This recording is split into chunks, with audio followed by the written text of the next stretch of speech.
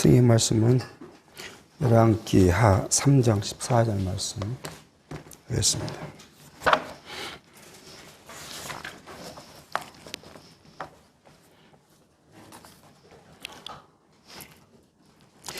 엘리사가 가로되 내가 섬기는 만군의 여호와의 사심을 가리켜 맹세하노니 내가 만일 유다 왕 여호사밧의 낫을 봄이 아니면 당신을 향하지도 아니하고 보지도 아니하였으리이다. 이제 내가 검은고 탈 자를 불러오소서 하니라. 검은고 타는 자가 검은고를 탈 때에 여호와께서 엘리사를 감동하시니 저가 가로되 여호와의 말씀이 이 골짜기에 개천을 많이 파라 하셨나이다. 여호와께서 이르시기를 너희가 바람도 보지 못하고 비도 보지 못하되 이 골짜기에 물이 가득하여 너희와 너희 육축과 짐승이 마시리라 하셨나이다. 이것을 여호와 보시기에 오히려 작은 일이라. 여호와께서 모압 사람도 당신의 손에 붙이시리니 당신들이 모든 견고한 성과 모든 아름다운 성을 치고 모든 좋은 나무를 베고 모든 샘을 메우고 돌로 모든 좋은 밭을 헐리다 하더니 아침에 미쳐 소재 드릴 때에 물이 에돔 편에서부터 흘러와서 그 땅에 가득하였더라. 우리는 지금 표적으로 북이스라엘을 교훈하시는 말씀을 지금 살펴가고 있습니다. 우리는 이걸 이제 한번 먼저 생각해 보려고 하는 부분이 있습니다. 하나님께 우리는 성경을 지금 공부해 가는 과정에서 구약 성경과 신약 성경이란 두 카테고리 안에 공부를 해 갑니다. 그리고 이제 구약은 오실 그리스도에 대한 모형으로서의 우리에게 주신 말씀이고 신약은 예수께서 성취하신 말씀이다. 이렇게 이제 전제하고 공부를 하지요. 근데 사실 구약이 이스라엘에게는 어떠한 의미이고 오늘 우리에게는 어떠한 영향을 끼치는 것인가를 좀 깊이 생각할 필요가 있지 않은가 생각을 해 봅니다. 먼저 우리가 구약이라는 이 말씀은 보면은 이 구약을 가리켜서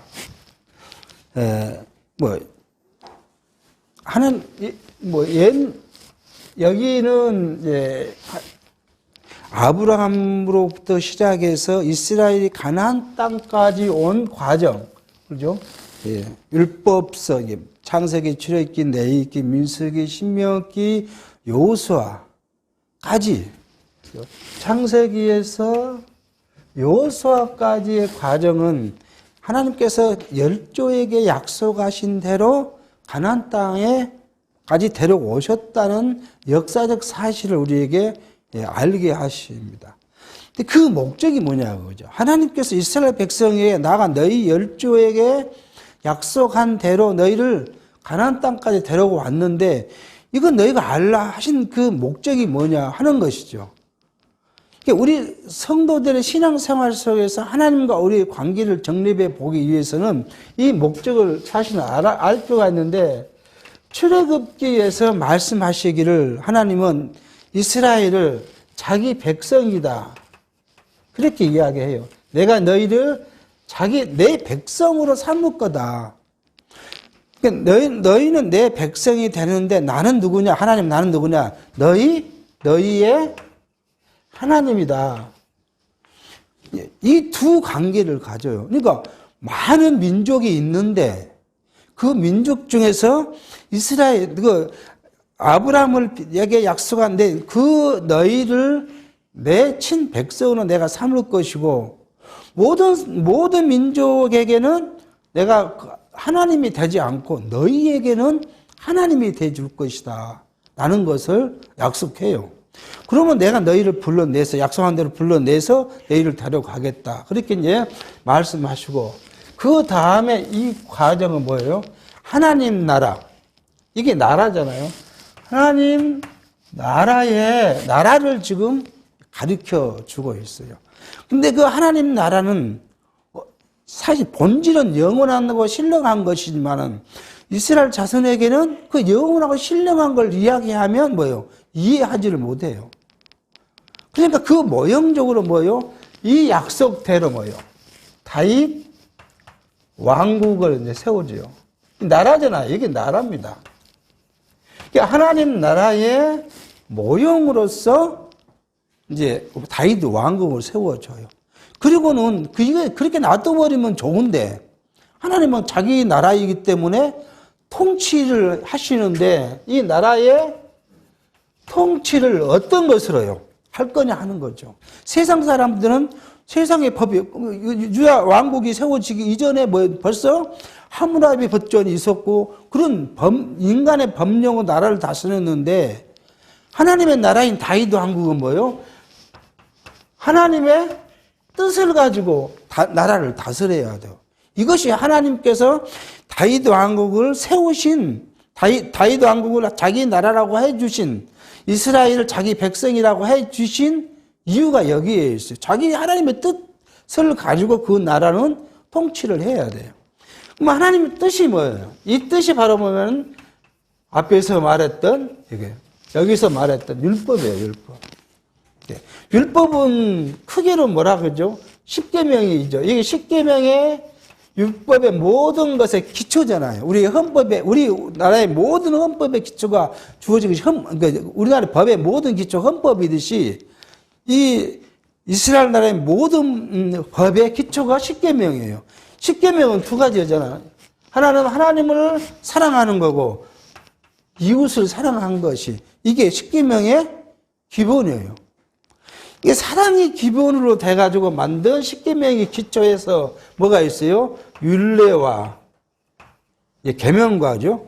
이제 크게 순서로 한다면 계명과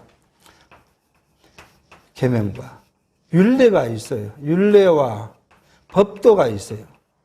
계명은 이미 여기서부터 내려온 모든 하나님께서 하신 일들이고 율례는 사람과 사람과의 관계에서 해야 될 일들이고 법도는 하나님과 우리 관계에서 뭐예요? 가장 중요한 이스라엘 백성은 제사를 지내야 되는데 어떻게 제사를 지낼 것인가? 어떨 때는 뭘 잡아야 되고 그 잡은 그 제사를 하나님께 드릴 때는 뭐 흔들어 드릴 거냐, 태워 드릴 거냐, 삶아서 드릴 거냐 이런 것들을 규정한 거예요. 이게 뭐예요? 하나님의 뜻이에요. 하나님의 뜻을 토탈해 보면 우리는 딱 한 가지로 있어요. 하나님은 뭐예요? 참 신이다. 그러니까 세상의 모든 신은 뭐예요? 거짓 신이다. 신이 아니다는 거잖아요. 신이 아니에요. 오직 하나님만이 참 신이에요. 이걸 이제 유일신이라고 그러잖아요. 유일신. 그러니까 세상 사람들은 이렇게 말하면 비난해요. 저희들을. 하나님 기독교인들 뭐 유일신이고 다른 신도 아니라 그러는데 비난해요. 너네만 신이라고 비난을 합니다. 근데 사실 딱 들어가면 뭐예요? 세상의 모든 신은 누가 만든 거예요? 사람이 만들었어요. 사람이 우리가 만들어 놓고 그 신이라고 그러고 그 앞에 가서 복을 주려고 비는데 그게 되지 않죠, 그게. 이걸 이야기해요. 자, 이걸 뭐래요? 이스라엘 자손들에게 이걸 뭐예요? 믿느냐? 내가 유일신을 믿느냐? 이스라엘 백성은 어떻게 하죠? 어떨 때는 믿고, 어쩔 때는 아니에요. 어쩔 때는 뭐예요? 세상의 많은 신 중에 여호와가 하나님이라는 걸 한 신이라고 생각할 때가 많아요. 그래서 뭐예요? 이방신과 혼합을 하죠. 지금 오늘 본문에 갔더니 그 이야기예요. 계속 뭐냐면 하나님은 유일신이고 내가 나를 그렇게 믿고 의지하고 모든 것을 버리라고 하는데 이스라엘 백성은 그렇지가 않아요. 많은 신 중에 하나. 그러면 이거예요. 이게 오늘 현대의 성도들에게는 어떤 것이냐는 거예요. 우리가 구약을 공부를 하고 우리 가는데 현대 우리 믿는 성도들에게 뭐예요, 나에게? 우리 성도를 뭐라고 이야기를 하지? 이 성도를 하나님 나라의 백성이라 그래요. 마찬가지예요. 우리도 하나님 나라의 백성, 이 다윗 왕국의 백성, 그것이 다윗 이스라엘 자손들이죠. 자손들에게 하나님이 말씀하신 것이나 신령한 하나님의 나라의 백성인 성도, 오늘 우리에게 한 거랑 똑같아요. 요구하시는 건 똑같아요. 뭐예요? 이거예요. 하나님만이 참 신이에요. 다른 신은 다 거짓이에요. 그러므로 하나님께서 우리에게 요구하시는 건 뭐예요? 이제 이때는 모형적이기 때문에 이것이 많았죠. 이것이 하나님을 섬기는 것 중에 이것이 다였죠. 근데 오늘 우리에게는 이거예요. 하나님을 사랑하고 이웃을 사랑하는 것이 그리스도께서 우리에게 주신 새로운 계명. 이것을 뭘 해야 해요? 하나님이 참신이고 하나님이 나를 사랑하셨고 나를 부르셨고 나의 주관자 되시고 창조 주시고 그것을 믿는 그 믿음에 의해서 뭐예요? 하나님도 사랑하고 내 형제도 사랑하고 내 삶을 하나님께 바치기도 하고 내 물질을 하나님께 바치기도 하고 모든 것은 어디예요? 기초가 여기에 있어요. 근데 이것이 쉽지 않다는 거예요. 이것이. 솔직히 말씀드려서 저 자신이 그러면 당신은 그렇게 가르치는 거 그렇게 믿고 사냐? 저도 그렇게 못 믿고 살아요. 시시때때는 뭐예요? 내가 주관자가 되려고 해서 막 뭐 하고요. 그게 내 육체를 입고 내 현실이에요. 근데 뭐가 부족할 때? 우리 삶 속에서 뭐가 올 때요? 이것이 참으로 믿어질 때는 뭐예요? 내 모든 것을 하나님께 맡겨요. 근데 이것이 믿어지지 않을 때는 뭐예요? 내가 주관자가 되는 거죠, 내가. 그러니까 이것은 이스라엘 백성의 역사 과정, 2000년 과정 속에서 계속 가리키지만 이스라엘 백성이 다 믿지를 못해요. 오늘 우리 60년, 70, 강가는 80, 요즘은 100세 시대니까 100세를 살아가면서 우리를 그렇게 교육하는데도 우리는 그렇게 하지를 못해요. 우리가 얼마나 실패를 많이 해봤습니까? 삶 속에서. 하루하루 삶 속에서도 얼마나 많은 실패를 합니까? 내가 아침에 마음 먹을 때 이렇게 하겠다고 생각했는데 중간 10시도 안 돼서 그거 언제 내가 그런 생각했지? 하고 다 잊어버리고 내 뜻대로 할 때 얼마나 많습니까? 근데 그것을 영원히 그렇게 가게 하신 거 아니라 순간 때때로 뭐예요? 말씀을 통해서 다시 하나님을 기억하게 해요. 그래서 돌아와서 내가 그렇게 해야겠다 하는데 또 그 다음에 또 마찬가지. 얼마나 많은 실패를 80년, 90년을 해도 결국은 모든 일에 내 삶의 모든 일에서 하나님을 유일신으로 내가 알고 믿고 살아가는데 실패할 때가 많아요. 그렇게 교육을 하는데도 불구하고 이스라엘 백성에게 계속 그렇게 교육하는데도 불구하고 이들은 뭐예요? 시간만 나면 어디로 가요? 우상 숭배하는 데로 가요. 하나님을 저버려요. 그래서 사람의 뜻대로 하려고 해요. 이게 이스라엘의 역사를 배운 이유가 현대 오늘 우리에게도 똑같이 하나님이 요구하시는 것이 하나님만을 믿고 하나님만을 의지하고 하나님만을 경외하도록 요구하는데 그 요구 훈련의 일들이 뭐예요? 결국 이스라엘 역사 과정에서 발생한 것이나 오늘 우리랑 같아요. 먼저 이것을 글로 우리에게 보여주셨고 그 글을 통해서 우리가 역사 속에서 보니까 이게 참이다. 믿어지는 일이라고 생각하기 때문에 우리 육체로는 이스라엘 백성처럼 육체의 일로 교육을 받지 않지만 뭘로요? 신령한 우리의 속사람은 하나님을 의지하고 믿어지게 해 간다는 사실이 오늘 공부하는 의미라는 거예요. 이것을 깊이 이제 인식을 하면서 이스라엘 역사를 보지 않으면 이스라엘 역사가 참 어떻게 남의 나라 역사에 불과해요. 이게 우리가 이것 통해서 무엇을 우리가 교훈받아야 하냐? 그러니까 뭐예요? 이제 우리가 기존 신학에서는 뭐예요? 성도들의 잘못을 지적할 때는 어디로 갖고 와요? 율법을 갖고 오잖아요. 구약을 딱 갖고 와서 봐라. 이스라엘 백성들이 하나님을 버리니까 하나님께서 이스라엘 백성을 이렇게 매질을 했다. 그 다음에요. 이스라엘 백성들이 매를 맞고 나니까 뭐예요? 회개하고 돌아오니까 바로 다시 회복시켜 주지 않느냐. 이걸 통해서 우리는 무엇을 해요? 우리가 그것을 아는 이유가 뭐예요? 우리의 신령한 우리 속사람의 신령한 것과 육체가 싸워서 항상 우리가 육체가 거의 우리가 생각해보면 99.9% 육체가 이길 거예요. 그러지만 뭐예요? 하나님 우리를 어떻게 쓴다고요? 사랑하셔서 그런 과정에서도 우리를 계속 당신의 백성으로서 삶을 살아가도록 섭리하신다는 것을 이걸 통해서 우리를 깨닫게 하고 그걸 통해서 우리가 힘을 얻고 소망을 갖고 또 재무장을 하고 살아갈 수 있도록 섭리하신다 하는 것을 공부하게 하는 것이 본 구약을 살펴가는 목적이라고 이제 우리가 볼 수가 있겠습니다. 이런 과정에서 지금 보는 겁니다. 그러니까 이제 이 북이스라엘 왕이 이제 자기가 뭘 치고 싶냐 그러면 지금 이 이야기잖아요. 오늘 본문을 살피는 것이 모압과의 전쟁을 지금 이야기를 합니다. 아합이 죽은 후에 모압이 배반해서 지금 계속 북이스라엘에게 모압이 조공을 바치고 했는데 이게 지금 이 그림을 좀 더 크게 하면 이게 이제 사해잖아요. 사해에 모압의 위치가 지금 이렇게 돼 있어요. 모압의 위치가 이렇게 있고 여기는 에돔이고 여기는요 남유다고 그거는 북이스라엘이 돼 있죠. 이 북이스라엘 왕이 이 모압이 자기를 배반해서 치우니까 아합의 아들이 이제 아샤가 여호사밧에게 여기를 치러 갑시다. 그렇게 이야기를 하니까 이 남유다 여호사밧이 뭐라고 합니까? 이 아샤에게 내 백성이 당신 백성이나 마찬가지고 모든 것이 당신과 나는 같다. 그러니 이 모압을 징벌하러 가자 그러니까 그럼 같이 갑시다. 그래서 갔는데 어디로 갈 거야 하니까 이 여호사밧이 북이스라엘과 이리 가면서 지금 그 당시에 에돔은 남유다의 속국이기 때문에 이 세 나라가 모압을 치러 가자. 그렇게 이렇게 왔다는 거예요. 왔는데 일주일 되니까 물이 다 없어가지고 사람의 먹을 물도 없고 짐승이 물도 먹을 것이 없어서 이게 이제 광야에 노출됐으니까 이렇게 그렇게 하면 죽는 거죠.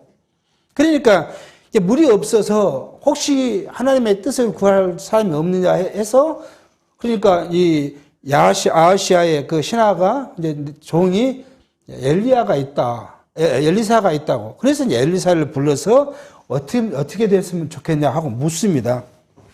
그러니까 이제 오늘 본문 그겁니다.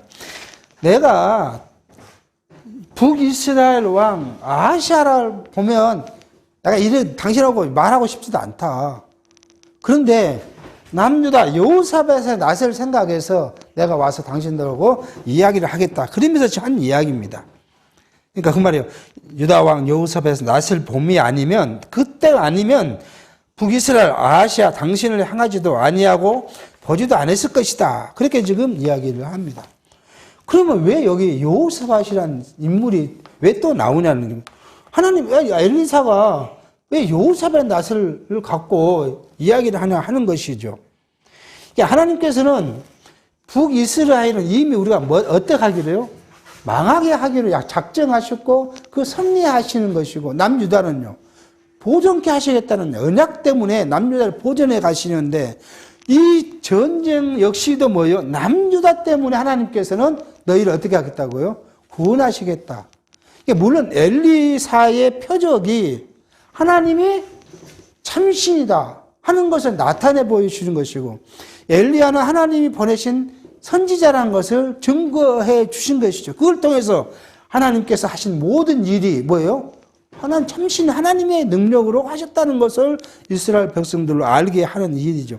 그렇게 하기 위해서 이제 하는데 여호사밧이 어떤 인물이었냐 그러면 이 열왕기하 17장에 보면 여호사밧이 자기 아버지와 같이 했다. 자기 아버지는 아사 왕인데 아사가 자기 종교 개혁을 했어요. 종교 개혁을 하고 하나님 우상을 헐고 남창들을 다 쫓아내고 남창이 결국 우상 숭배의 일이니까 그런 일들을 다 한 자기 아버지 아사 왕. 그 아사 왕의 향한 길로 했다. 그런데 이 여호사밧이 못한 것이 있어요. 그게 뭐냐면 산당을 없애지 못하고 백성들이 오히려 예루살렘 성전에서 제사한 것보다 산당에서 제사한 걸 좋아하더라. 그렇게 이야기를 합니다. 산당. 자, 하나님께서는 자기를 나타내 계시의 방법으로 모세에게 약속했던 건 뭐예요? 어디서 자기를 만나겠다고? 성전에서, 당시 모세는 뭐지요? 뭐죠? 성막에서 내가 너희를 만나고 너희에게 어떻게 할 것인가도 이야기하고 너희의 기도도 내가 듣겠다고 약속했기 때문에 과거 성막에서 했다가 솔로몬의 성전이 세워진 뒤에 그때 당시에 솔로몬의 기도와 백성들이 하나님께 성전 건축이 완료됨으로써 찬양하고 제사를 지낼 때 또 역시 여기서 내가 너희를 만나겠다 약속했죠. 이게 이스라엘은 어디 가서 하나님을 만나는 거냐면 성전에서 하나님을 만나는 거죠. 성전에 하나님을 만나는 건 뭐예요? 성전에 가서 제사를 지낸 거예요. 그런데 이스라엘 백성들이 어디서 하기를 좋아한다고요? 성전은 싫어하고 산당에서 제사를 지내기를 좋아하더라. 그렇게 성경은 이야기를 해요. 그때도 말씀드렸지만 왜 그 당시 아사라든지 여호사밧이 그것을 못했을까? 우리가 생각해 보면은 군중들의 왕이 정치하는 사람은 군중들의 그 요구를 무시할 수 없으니까 백성들이 그러니까 그걸 이방신 섬긴 것도 아니고 남쪽 유다는 하나님을 섬긴다고 하니까 그냥 놔뒀던 것 같은 생각이 들어요. 예, 그래서 이 여호사밧이 이것 말고는 모두가 다 하나님 앞에 정직하게 행했다고 한 여호사밧을 엘리사는 이 여호사밧의 얼굴 때문에 내가 너희에게 지금 말을 하겠다고 약속을 합니다. 자, 그리고 이제 뭐죠? 엘리사가 검은 옷 타는 사람을 데려오라 그러고 검은 옷을 타니까 하나님의 영에 이제 이 감동을 받았다고 이야기를 해요. 그러니까 여기도 또 마찬가지예요. 검은 거 그러면 또 이것만 단순 가져와서 이게 검은 것을 타면 무슨 영감이 막 어디서 온 거라고 생각해요. 우리 말씀드리기에는 잘 그런 것이 없으니까 못 느끼지만 기존교회에 가면 이제 찬양 예배를 드려요. 그럼 어쩌면 하나님이 내게 온다고 신접하기 위해서 마찬가지 안테나 세워서 신접을 하는 거죠. 이렇게 손에 들고 감고 찬송을 한번 이렇게 하면 하나님의 신이 성령이 내게 탁 부어온다고 그러고 있어요. 그러니까 본질은 아무것도 생각지 않고 보이는 것만 갖고 하는 거죠. 이게 뭐야? 하나님의 성령이 비둘기같이 임했다는 것과 동일해요. 이걸 통해서 하나님의 영이 임한다는 것을 눈으로 사람들이 시각적으로 보여주는 사건에 불과해요. 근데 이것이 무슨 방법인 것처럼 생각해요. 이게 이제 기존의 말씀을 오해한 사람들의 많은 일이죠. 그렇게 해서 신이 이제 하나님의 영이 감동했는데 어떻게 했다고요? 개천에 웅덩이를 많이 팔아. 여기 지금 이제 완전 광활지기예요. 개천을 이렇게 있으면 개천에 웅덩이를 팔아. 이게 물이 없잖아요. 물이 없으니까 지금 죽게 생겼으니까. 그런데 너희가 무엇을 한다고요? 구름도 못 볼 것이고 바람도 못 볼 것이고 비도 못 볼 것인데 여기에 물이 올 것이야. 물이 찾거라고 이야기를 해요. 참 이게 성경을 이렇게 하면 감이 잘 안 오잖아요. 그래서 이제 구글 지도로 갖고 그 지역을 살펴봤어요. 그러니까 그게 큰 내과는 없어요. 근데 작은 개천에 있잖아요. 작은 개천들은 많이 이렇게 나와 있더라고요. 그걸 사진을 보면 요즘 구글 사진 보면 딱 그 지역에 나오면 건물도 나오고 막 그걸 다 나와요. 요즘은 앉아서 다 구경할 수가 있어요. 그러니까 그런 개천에 웅덩이를 많이 팔아. 그래서 이제 했는데 언제요? 그 다음 날 아침 제사를 드리기 전에 아침 20절 소재 드리기 전에 에돔 편에서부터 물이 흘러왔다. 그렇게 이야기해요. 에돔 여기잖아요. 이렇게 물이 흘러왔다. 근데 우리는 왜 또 에돔 편에서 물이 흘러왔을까? 그런 생각을 합니다. 에돔 쪽에는 강도 없고 물이 그물은지가 없어요. 근데 항상 여기는 어디로 흘러가요? 이렇게 사이로 물이 흘러가요. 시일리 개천들이 사해 방향으로 물이 흘러요. 이게 물이 오려면 어디서부터 와야 돼요? 물이 많은 데서부터 와야 되잖아요, 물은요. 근데 물이 근원이 없는 에돔 방에서 물이 이렇게 흘러온다고 지금 이야기를 하고 해요. 그래서 여기에 뭐 찬다고요? 물이 꽉 찰 것이다. 라고 엘리사가 이야기를 합니다. 자, 그러면서 엘리사는 또 한 가지를 이야기합니다. 그 사건, 이게 너희가 모압과 더불어 싸워서 이길 것인데 너희가 모든 견고한 성과 아름다운 성을 치고 좋은 나무를 베를 것이고 샘을 메울 것이고 좋은 밭에 돌을 던져서 황폐케 만들 것이다. 그렇게 이제 이야기를 하지요. 그 예언대로 되는지를 21절에 보겠습니다. 모압 모든 사람이 왕들이 올라와서 자기를 치려 한다는 함을 듣고 갑옷 입을 만한 자로부터 그 이상이 다 모여 그 경계에 섰더라. 아침에 모압 사람이 일찍이 일어나서 해가 물에 비침으로 맞은편 물이 붉어 피와 같음을 보고 가로되 이는 피라. 피는 저 왕들이 와서 서로 죽인 것이로다. 모압 사람들아 이제 노래하려 가자 하고 이스라엘 진에 이르니 이스라엘 사람이 일어나 모압 사람을 쳐서 그 앞에서 도망하게 하고 그 지경에 들어가며 모압 사람을 치고 그 성을 쳐서 헐고 각기 돌을 던져 모든 좋은 밭에 가득하게 하고 모든 샘을 메우고 모든 좋은 나무를 베고 길 하레셋에 돌들을 남기고 물매꾼이 두루 다니며 치니라. 그렇게 말합니다. 에리사의 말대로 지금 이제 이루어지는 사실을 볼 수 있는 것이죠. 에덴에서 물이 그 파놓은 골짜기로 물이 흘러내려오니까 그때 마침 뭐예요? 해가 뜨는 것이고 햇빛을 받은 물의 색깔이 피 색깔로 이제 보인 거죠. 그러니까 지금 생각하면 무지한 이야기잖아요. 피가 그렇게 많이 막 흘러가서 그럴 일이 없잖아요. 그런데 이 모압 사람들은 뭐예요? 이 북이스라엘과 남유다와 에돔 사람 이 세 왕이 자기들끼리 싸워갖고 피가 흘러서 그 핏물이 지금 우리에게 보이는 것이다. 그러니 가면 뭐예요? 저 사람들은 거의 반죽음 상태 되어 있으니까 가서 너락질해서 싹 뺏어오자 하고 선동해서 지금 갔더니 이스라엘 이 연합군들이 일어나서 그들을 쳤다. 자, 하나님은 그 둘을 전쟁시키는데 만약에 이스라엘 연합군이 다 갑옷을 입고 이렇게 앞에 나갔다면 모압 사람들이 나오지도 않고 성에서 딱 있지 않겠습니까? 그러면 그 성을 빼앗는다는 것은 우리 보통 뭐 전쟁의 결과는 몇 배의 병력으로 쳐도 그 성을 빼앗을 거 막 할 건데 가만히 있는데 뭐예요? 무방비 상태로 아무 전략도 없이 나오도록 섭리하시는 하나님의 그 섭리를 우리가 볼 수 있는 거예요. 그 사람들이 바보도 아닐 건데 그걸 피물로 보고 이미 그 사람들은 자기들끼리 싸우다가 반 죽어서 있는 상태니까 가서 뭐 했다고요? 있는 거 다 이렇게 훔쳐 갖고 오자. 그렇게 나오는 사람들 무슨 전략이 있겠습니까? 무슨 경계심이 있겠습니까? 뭐 앞에 뭐 선봉장에 있어서 가서 뭘 보게 그냥 벌떼처럼 우우 하고 달려 내려온 거죠.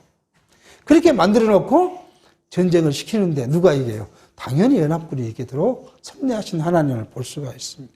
그것이 뭐예요? 엘리사가 세 왕들에게 언약한 대로, 약속한 대로, 예고한 대로 성취됐다는 사실을 오늘 보게 합니다. 근데 이 사실이 누구예요? 세 연합군의 능력이 좋아서 전쟁이 이긴 것이 아니라 누구예요? 하나님께서 그 전쟁에서 승리하도록 섭리하셨다는 것을 오늘 우리에게 이렇게 표현적으로 보여주게 합니다. 그래서 이제 새 연합군들이 가서 뭐예요? 샘을 메우고 돌짜기를 쳐서 밭에 가득 쌓이게 하고 좋은 나무를 다 베고 그리고 어디까지요? 기라레셋까지 갔다. 그렇게 지금 이야기합니다. 지금 기라레셋은 정확히 위치를 알 수는 없지만 성경학자들이나 이 고고학자들의 추측으로는 엘칼렐이란 요단 이게 이제 지금으로 보면 여기가 요르단이잖아요. 요르단 이쪽 편. 그 암몬은 여기가 있잖아요. 암몬이라는 주는 이쯤이 있는데 지금 수도가 여기죠. 근데 여기에 지금 있는 엘케랄이라는 동네. 지금 지금 현재 지명은 그 엘케랄 이름보다는 카라크라고 하더라고요. 이 카라크란 지역이 지금 성경에 나온 그 지역일 것이라 하고 지금 이야기를 합니다. 근데 위치적으로 봤을 때는 이 사해 동편 중간 지점이기 때문에 에돔과의 싸움을 하는 그 위치로 그 지역이 완전히 그 높은 산과 이런 것으로 되어 있는 곳으로 볼 수가 있겠습니다. 이 싸움에서 이겼다. 26절입니다. 모압 왕이 전세가 극렬하여 당하기 어려움을 보고 칼찬 군사 700을 거느리고 충돌하여 지나서 에돔 왕에게로 가고자 하되 능히 못하고 이에 자기를 위하여 왕이 될 마다들을 취하여 성 위에서 번제를 드린지라. 이스라엘에게 크게 통분함이 임함에 저희가 떠나 각기 고국으로 돌아갔더라. 이렇게 이제 자기들이 거의 전세가 불리한 걸 알고 에돔 왕이, 모압 왕이 에돔 왕에게로 도망가려고 했다. 그래서 성경은 그렇게 얘기합니다. 그 이야기를 성경학자들이 어디도 지금 명쾌한 해석을 해 둔 데가 아니에요. 단지 여러 이 주장 중에서 가장 이제 이 납득이 갈 만한 것이 에돔 왕은 자기 본심으로는 전쟁을 하고 싶지 않았을 거 아니에요. 속국이니까 유다 왕이 가자고 하니까 따라 나와 있는 그런 상태이기 때문에 자기가 지금 모압에 있으면 자기 죽을 것 같으니까 에돔 왕으로 도망가서 에돔 왕의 자기 이제 인간적 어떤 그런 관계로 피신해 보고자 했지 않는가 그런 생각을 이제 하죠. 그게 이제 타당한 이유인 것 같기는 합니다. 그렇게 해서 에돔 왕을 가려고 700인을 데리고 이렇게 이제 길을 튀려 했는데 못했다. 그래서 돌아와가지고 자기 성에 들어와서 자기 대를 이을 사람 큰 아들을 성벽 위에서 잡아 죽여서 제사를 지냈다. 자, 그러니까 이스라엘에게 크게 통벌함이 임함에 새 연합군이 각기 자기 고향으로 돌아갔다고 그렇게 이야기를 합니다. 이건 어떤 걸 이야기할 수 있겠어요? 일단은 사람 피를 보면 흥분하지 않아요. 이게 모압 왕이 자기 아들을 피 흘려갖고 우리가 뭐라고 했어요? 저 적국 저들을 기필코 우리가 이기고 우리 뭐 나라를 수호하자. 뭐 그런 이야기 선동을 했을 거 아니에요. 그러니까 막 이 피를 본 모압 이 군인들이 죽기 살기로 담아든 것이죠. 근데 그걸 본 이스라엘 연합군이 갑자기 이제 기급한 거죠. 그래서 전쟁할 의사를 못 느끼고 그냥 다 각기 자기 고향으로 고국으로 돌아갔다. 그렇게 이야기합니다. 어떤 신학자들은 그 여호와의 신과 모압이 섬기는 신이 그모스인데 그모스 신의 노가 막 임해서 이렇게 해석하는 신학자들이 있더라고요. 아니 여호와의 신이 그모스 신의 노함의 겁을 먹고 도망을 갔다? 신학자가 그렇게 성경을 해석하는 거 얼마나 어리석은 것이란 우리는 알 수 있잖아요. 참신의 하나님이 거짓인 그모스의 노함을 놀래가지고 이게 피신을 했다? 그러니까 엉터리 많습니다. 엉터리로 주장을 가리키는 사람들 많아요. 이 말은 뭐냐죠? 그 700명이 될지 1000명이 10,000명이 될지 모르는 그 군인들이 피를 보고 뭐예요? 흥분하고 흥분사도를 막 죽기 살기도 덤벼드니까 그걸 보고 그냥 이스라엘 백성들은 연합군들은 전쟁을 마음으로 갖지 않고 돌아갔다. 이게 이제 또 정설이지 않겠나 생각을 해요.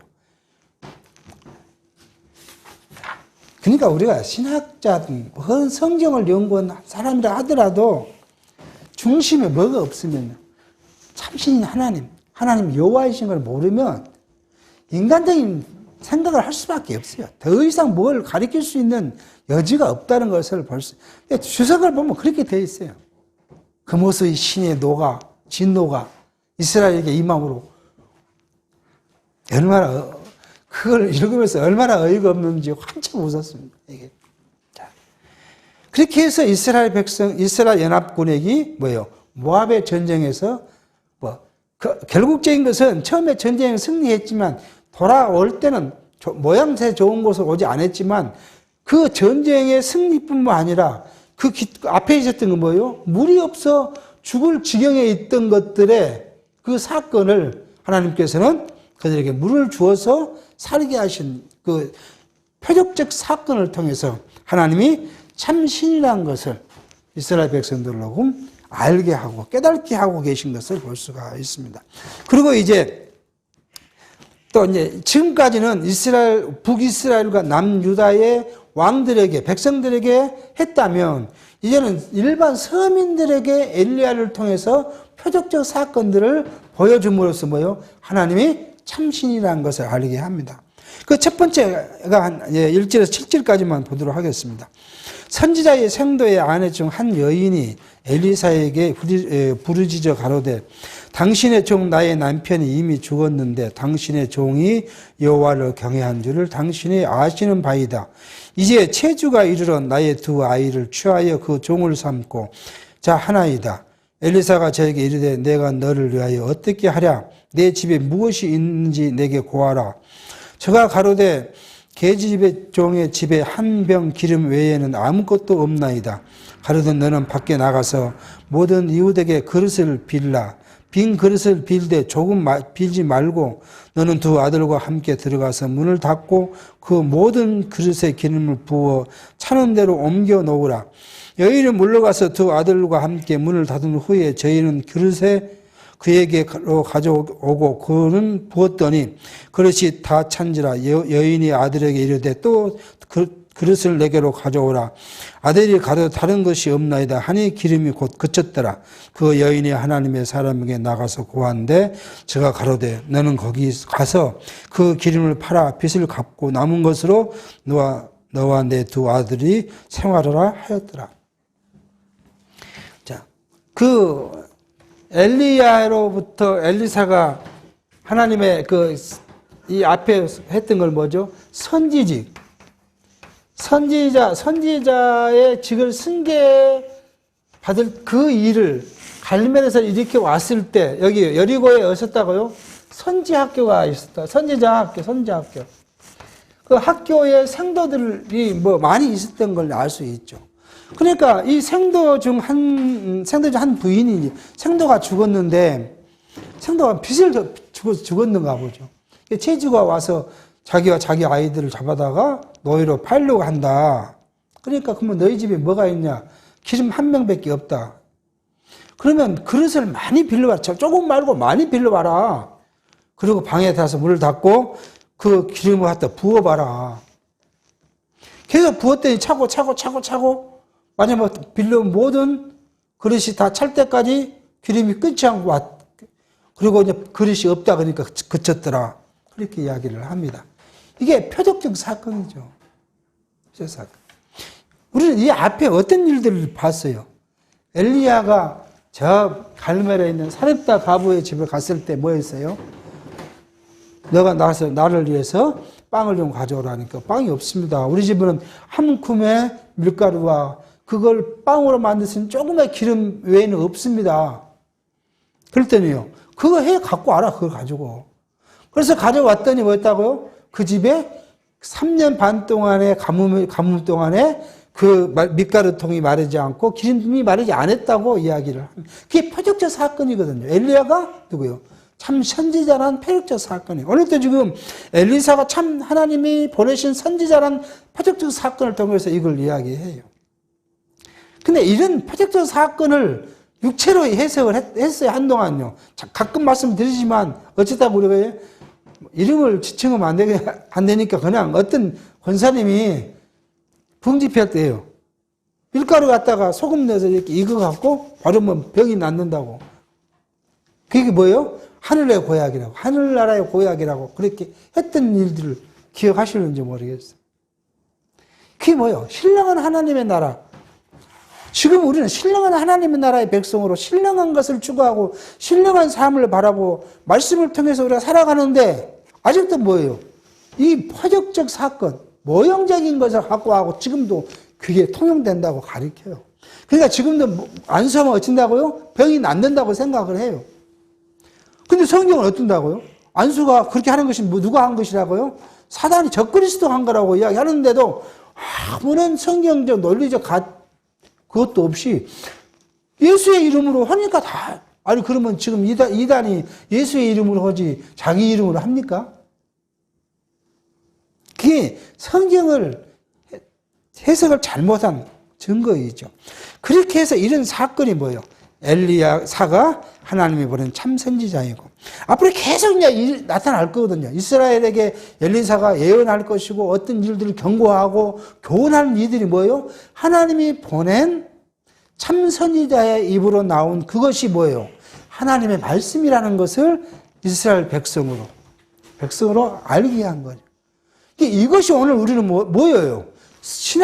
구약 성경과 신약 성경 말씀이 뭐예요? 하나님의 말씀이라는 걸 우리가 알게 하는 거예요. 자유신학자들은 뭐예요? 하나님 말씀으로 생각지 않아요. 그냥 바울이 쓴 글이고 베드로가 쓴 글이다 생각을 하는 거예요. 마태가 쓴 글이고 누가가 쓴 글이다. 그러니까 어때요? 같은 내용은 빼버리자. 그냥 이거 성경 복잡하게 뭐요? 66권 하고 있냐? 핵심만 딱 절해갖고 한 몇 장으로 해서 그냥 딱 우리가 보자. 하나님 말씀으로 받지를 않아요. 하나님께서 주신 유일한 말씀으로 받지를 않아요. 그러니까 인간이 조작하겠다는 거예요. 다 조작을 하겠다. 그러니까 그냥 인간의 구미에 맞는 거 몇 소절만 갖다 놓고 우리는 그것을 읽으면서 뭐예요? 유토피아. 자, 이웃과 이웃 싸움지도 안 하고 사랑하고 행복하게 사는 세상을 만들죠. 그게 그들의 주장이에요. 그런데 성경은 뭐예요? 그게 다 누구라고요? 하나님께서 우리에게 주신 말씀이다. 신약도 마찬가지죠. 이것을 우리에게 나타내주고 있다 하는 것을 알게 합니다. 엘리사로부터 한 이 모든 것은 표적의 최종 목적은 뭐예요? 제가 이거 최종 목적은 여기 하나님의 참신이다. 유일신인 것을 우리에게 알게 하고 그것을 믿는 하나님 나라의 백성, 우리 백성은 뭐예요? 오직 유일신 하나님을 믿음으로 그 믿음을 가지고 누구예요? 하나님을 사랑하고 이웃을 사랑하는. 그리고 뭐예요? 우리로 하여금 신약성경에서는 뭘 하게요? 말씀과 진리를 통해서 뭘까요? 비진리와 적그리스도와의 싸움을 싸우도록 그렇게 섭리하신다는 사실을 우리가 상기시키고 있다는 말씀을 공부했습니다. 기도하겠습니다.